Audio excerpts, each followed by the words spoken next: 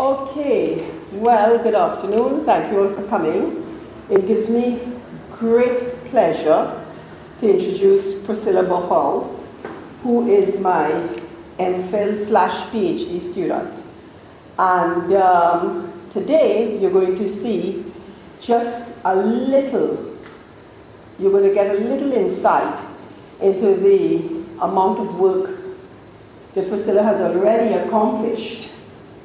And I think from her presentation, it will be very easy to see the caliber of student with which we are dealing. Okay, you're going to see dedication, you're going to see passion, you're going to see somebody who is, above all, a researcher. So without further ado, what Priscilla wants to do and has wanted to do, and I should mention this, when I met Priscilla, I had just come to the University of Trinidad and Tobago, maybe 2-3 months. At that time, she was an IIEM student, and she already knew what she wanted to do. This is her project, this is her interest, this is her passion. It is something she had in mind before she had even graduated from IIEM. And I think to the discerning eye, that would be very clear. So again, at last she has the opportunity to tell other people about this interest she has had, and that is the interest to see if entrepreneurship education programs are doing all they think they are doing. And what Priscilla will illustrate today is that she wants to explore whether the responsibility for the success of the program, which is measured in terms of whether people actually go and, after graduation, participate in entrepreneurial activities, that successful outcome may be, and the research will tell us, contingent both on the program itself and on the nature of the individuals who enter into that program. So this is what she's exploring, and she will tell you more. Without further ado, I give you Priscilla Bahaw. Thank you so very much, Professor Stoll, for that wonderful introduction, and let's get straight into the presentation. First, I want to do an overview in terms of what I'm going to do this afternoon. I'll give you a brief introduction in terms of the two areas, benefits of entrepreneurship as well as entrepreneurship education itself. Then we'll look at the research problem, followed by the literature review, where I'll show you where the gap exactly exists. We'll look at the research question, we'll look at the research design, where have I reached as of today, and the significance of the study, my value-added aims, okay? Okay, so why should we be concerned about entrepreneurship? You see, Trinidad and Tobago has been highly dependent on the oil and gas economy, and it puts us in a very vulnerable situation because of the fluctuations both in price as well as supply.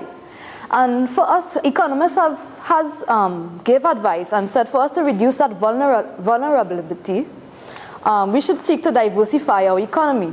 And one way is through the development of the business sector. And I'm saying that the small and micro business sector is very important to diversify the economy. It says that entrepreneurship is actually an engine of economic growth because it actually impacts on the national income of a country.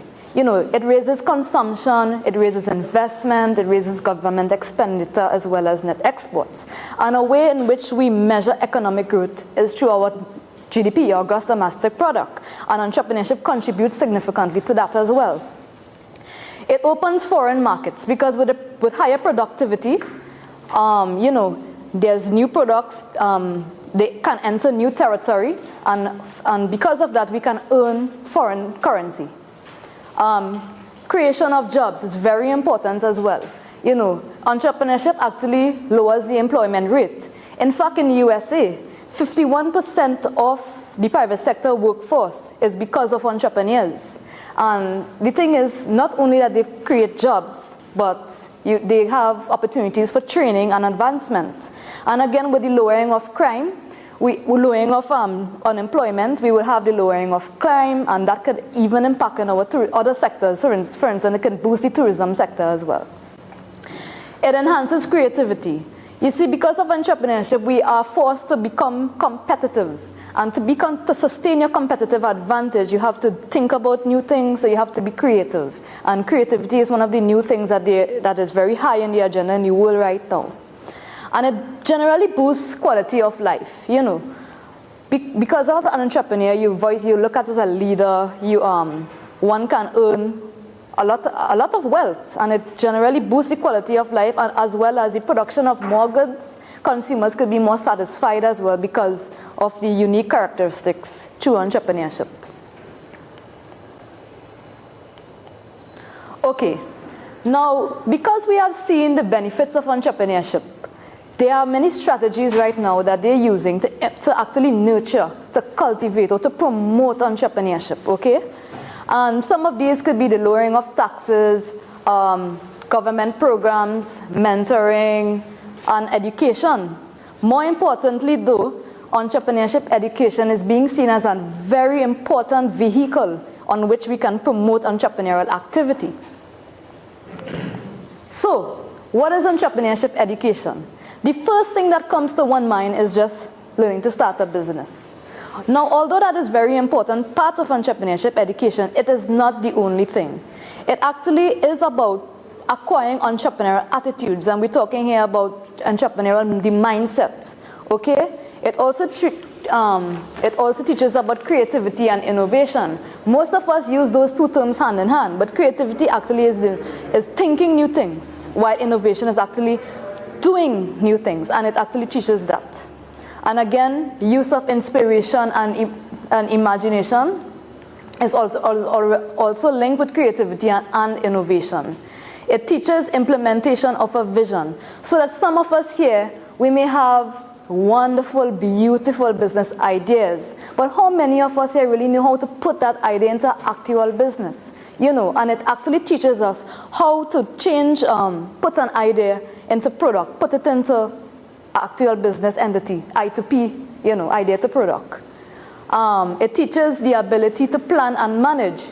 We all must know, you know, not just you have an idea, you could just go and run a business just like that. You have to be able, you have to know, you have to be taught how to plan, how to manage, how to monitor and evaluate as well. And optimum use of resourcefulness. So not only, you know, you learn not only how to use your resources efficiently, but how to act effectively as well. So what is it important for? Well, it's important for encouraging enterprising individuals, increasing business success rates, because you actually go out there with industry-specific knowledge to ensure that your business succeed. It helps firms grow because it's important for actually showing you growth strategies, when to implement it, how to implement it. The enhancing an ability to create wealth. You know, some of us, while we're going through our normal educational route, we are not taught to accumulate our personal assets to save as tremendous as entrepreneurship education emphasizes. You know, produces champions of innovation. That is development of new products, investment through the research and development departments. All right, they teach you that. Transfer of technology is enhanced. You know, from the university, technology is transferred to the private sector. And I'd just like to make mention here that from the ideas competition we had here with the multigrapher. That was in March, last month early. And that's the perfect example of the transfer of technology from the university to the private sector. Because he is using his engineering design, the multigrapher, his design process, whatever engineering skills that he had. And with that, he can come up with a wonderful business idea and have a technology-based firm because of that. Okay? It's important for increasing access to funding. Okay, so that students, they do business plans. And that is important to actually improving their credibility when you go to apply for loans, when you're vouching by a venture capitalist, because they want to see whether the students know exactly, have they did a feasibility plan, do they know exactly where they are going, what is their next step. It's not no idea of thin air, okay? Building a network base. We have guest lecturers in entrepreneurial courses, you know, people from the industry, and they come out, they talk to the students, they give them call cards, and they use them for their future network as well. creating awareness of entrepreneurship as a possible career choice. That is very important, because what they're doing here is they're breaking the traditional barrier of not when you finish university, you go look for a job. Now they're actually giving you the choice through entrepreneurial education. That when you finish, when you graduate, you can either start a business or look for a job. Okay? Increasing one's perception of their locus of control, and that is where it teaches one whether success or failure is due to one's own doing. Improving financial, economic, and workplace literacy. It's important in that regard, and I can give you a wonderful example. When you're a doctor, when you're training to be a doctor, you go to medical sciences. And most of the things you learn is about your blood, your heart, whatever courses that you have to do there. And probably one day you train to go out and work directly in a hospital, in a ward, you know. Maybe that doctor one day wants to open his own hospital, has his own practice. And he has to know how to scan the economy. He has to know about basic financial, you know, and they don't emphasize these things in medical school, you know. So entrepreneurship courses are very important for that as well.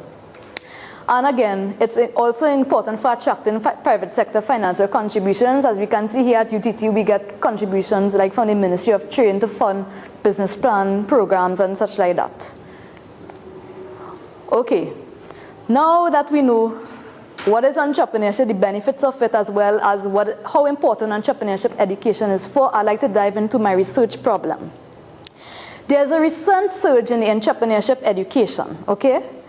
Currently, the government has invested substantial amount of its financial resources into the promotion of these programs, right? We're talking about we have to pay lecturers, we have infrastructure to build universities, we have the GATE program that they're paying for as well, all right? So, shouldn't we at least be mindful in terms of how these programs are, you know, how are they performing, right? You know, so that we can at least feel justified for where our resources are being spent. You know, we need to know how these programs, what is the impact that they have, so that we will know if we can even further invest in these programs and how to. Not only that, but to date, there are not many evaluation studies done on entrepreneurship education in the Caribbean.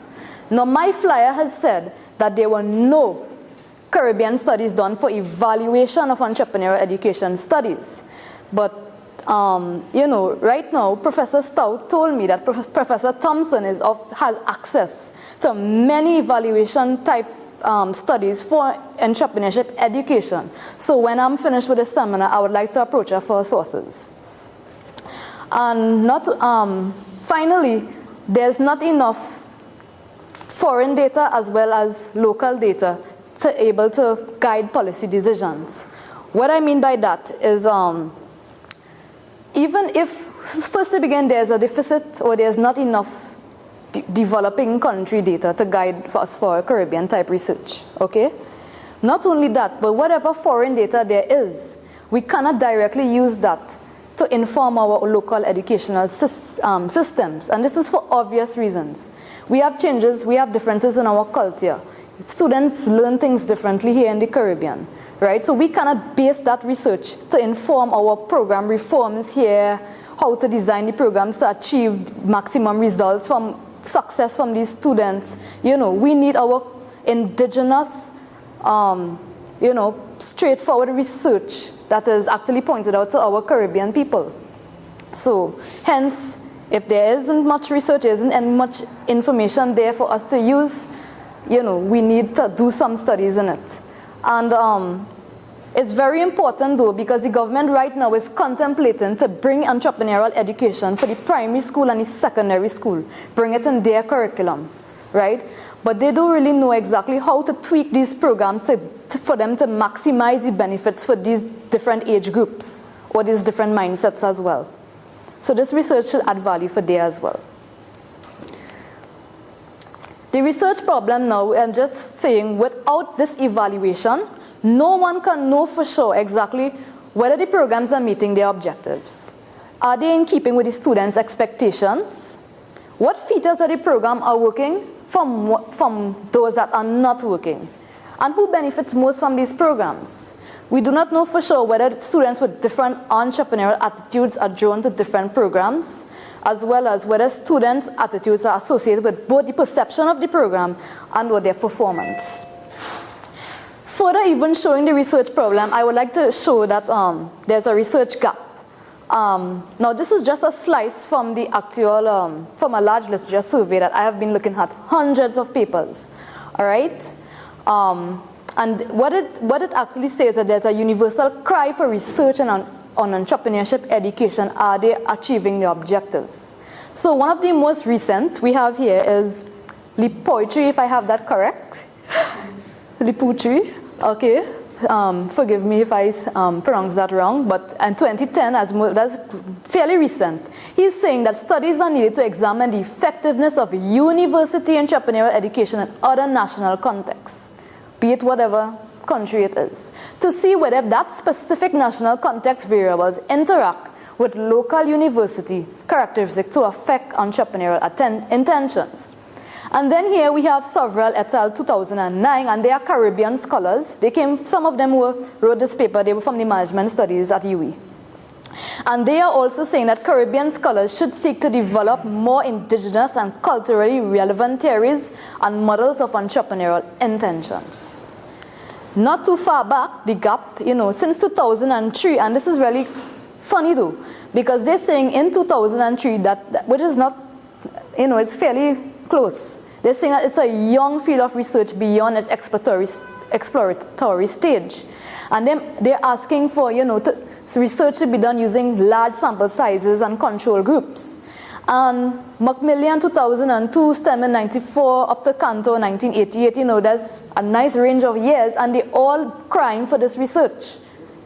They call for research to answer the question, is entrepreneurship education influencing entrepreneurial perceptions and intentions?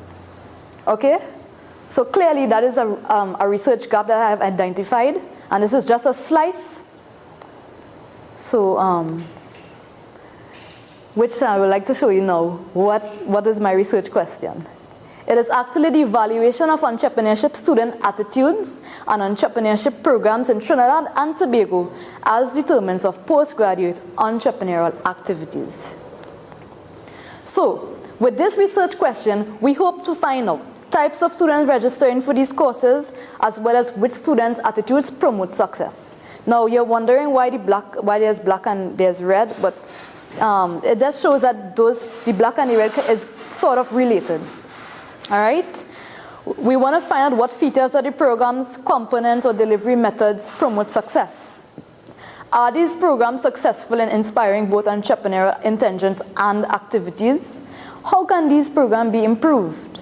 Right? Is it possible to match a student type to a particular program so as to promote optimal success? The research question wants to find out how can new students without prerequisites be helped to achieve the most when registering for these courses.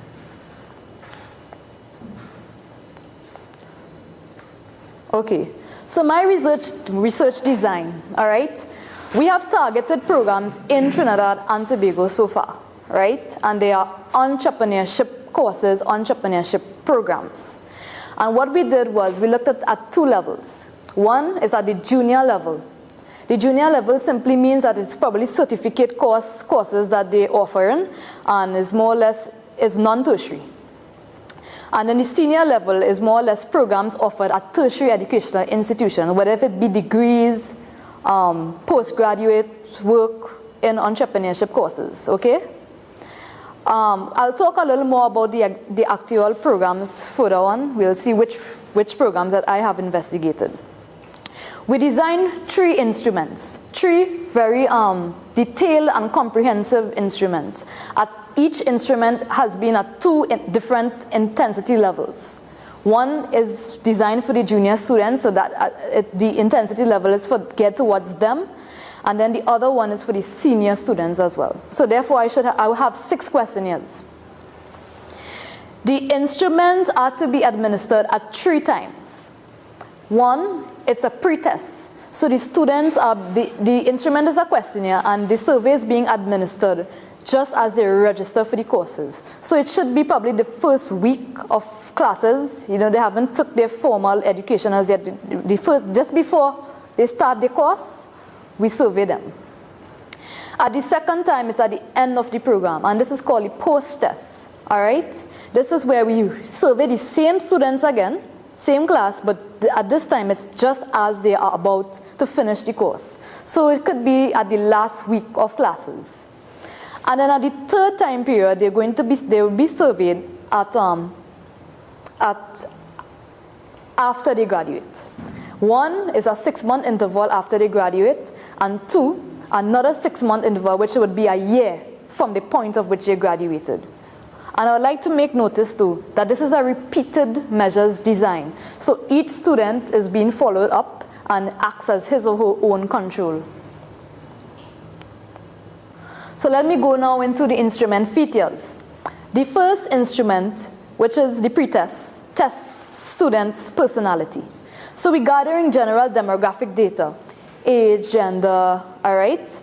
Prior entrepreneurial exposure/experience. So here we're actually looking at were they ever involved in any business activity? Did they work in their father's or mother's business? Did they own any business? You know, we ask these type of things. Self-efficacy, which is their perception of their own abilities. And we're looking here at general self-efficacy as well as entrepreneurial self-efficacy. Sorry. Okay? The general look at, you know, how they manage, how do they cope, and the entrepreneurial self-efficacy looks at the ability to brainstorm, the ability to come up with new ideas, that kind of thing. We also ask them about their cognitive style, and what I want to point out though is that we asking the students their perception of all these variables. How do they perceive themselves? So the cognitive style is more or less we asking stuff in terms of their approach to learning and thinking. All right, whether they like to analyze, whether they like things in a systematic way, logical flow. All right. Risk tolerance, how comfortable they are towards risk. We want to find out these things before they finish the course. Entrepreneurial intentions. You know, do they at this point intend to ever start a business? Entrepreneurial interests. Do they like to play business games? Do they read business articles? Right? Entrepreneurial potential. Are they hardworking? Are they dedicated? Are they considered to be leaders in their class? Entrepreneurial identity. You know, do they perceive themselves? Do they feel, you know, good about themselves to be an entrepreneur? Or do they look up to entrepreneurs? Barriers to entrepreneurial activity could be financial, could be, you know, it could be, and support for entrepreneurial activities, whether they have family support, we ask them all these things. Additionally, the questionnaire also looks at motivations. Why did you sign up for this course? We want to find out that. As well as what do we expect to gain from this program? Okay, the second instrument, which again is the post-test, we find out more or less outcomes of the program features and the program successes. So we're asking them in terms of involvement in entrepreneurial activity. What did they involve themselves in so far? The program components, the pedagogic methods, whether it's guest lecturers, international study tours, whether it's lecturers themselves, you know.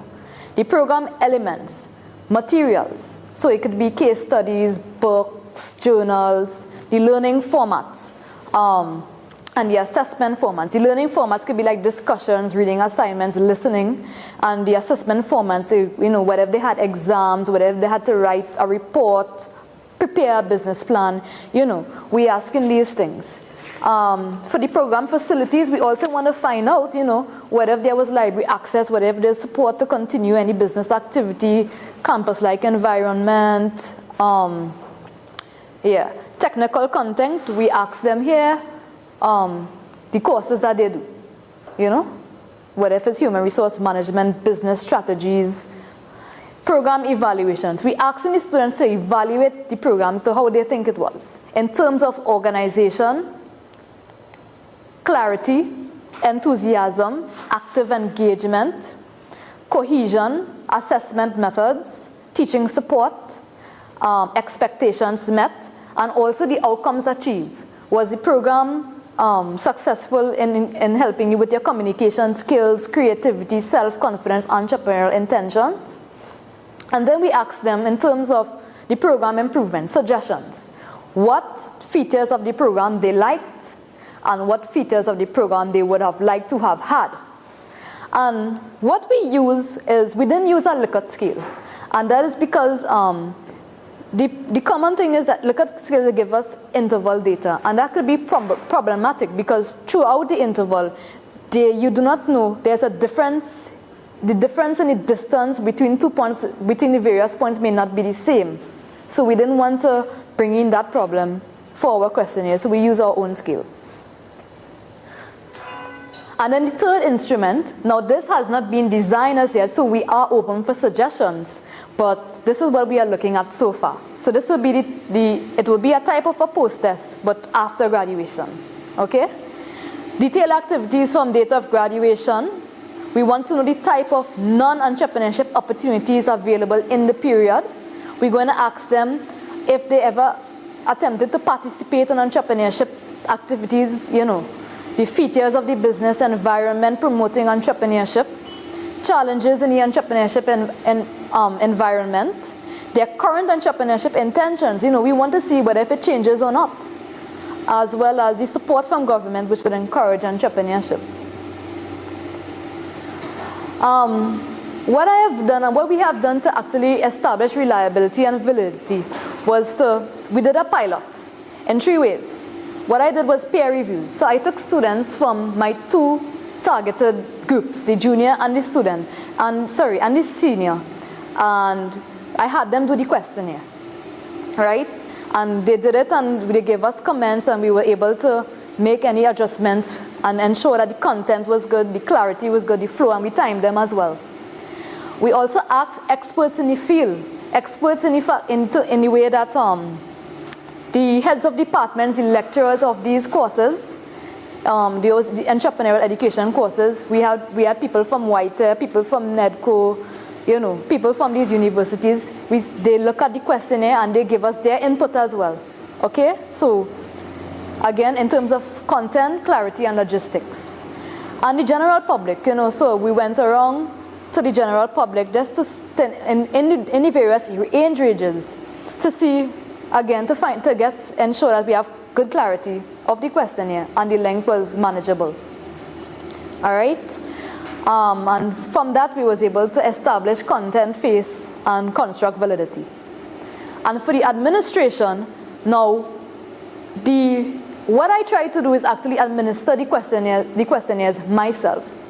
And this is because I stand there, I administer the questionnaire, and I collect it in one session. Because I don't want the loophole to exist where these students go at home, carry the questionnaires, and they have their 10-year-old or their grandmother sign it up. And that would, you know, impact on what it is the information we are trying to get. So I administer the questionnaires myself. And also I'm there because I read a spiel to them, showing them, you know, what is the steps, what to do with the questionnaire. And if there's any clarification that they need while they are doing the questionnaire, I'm there. But I am not influencing them in any way. Okay? Yes. And then I had a written training session. And this was done for the YTEP group. What I did here was to maximize reliability because I could not have been at the 24 centers, including the one in Tobago, to administer the pretest. This is because each of these courses, we had to get them in the first week of classes, and I couldn't be there, one person there at the same time. So we had a breakfast and lunch training session with all the tutors, telling them how to administer this survey, all right, to ensure that reliability is being made. And I also had a voluntary consent form, so not only did we got permission from the institutions, each student consented to partake in this research. So the plan analysis, what I plan to do is one, look at basically the summaries and comparison. This is for the basic part. Summaries in terms of the sample demographics for each student population, both the junior and the senior. right? Summary of attitudes, entrepreneurship attitudes, intention, self-efficacy, And then I plan to compare students among the junior programs, compare students among the senior programs, and then compare students between junior and senior programs. All right? And then, we'll also look at trends for each program, examine in terms of the competence and the structure. We will do summary charts, statistics, and then and we'll also do a comparison for the competence and structure among the junior and among the senior, as well as between the junior and between the senior programs. At a more advanced level of analysis, we are contemplating these statistical tests. So we're looking at the chi-square test of association, and this is where we'll actually want to see what features are trending. Then we're looking at the ANOVA, where we're going to compare program to program. And the dependent variable here would be graduation rates, rates of entry into entrepreneurial activity, and the independent variables would be program, gender, age, parallel entrepreneur experience, etc. We also want to look at the correlation analysis to see the measure of the relationship between variables, and the confirmatory factor analysis, which is looking at, to see how constructs are consistent with their variable pairs.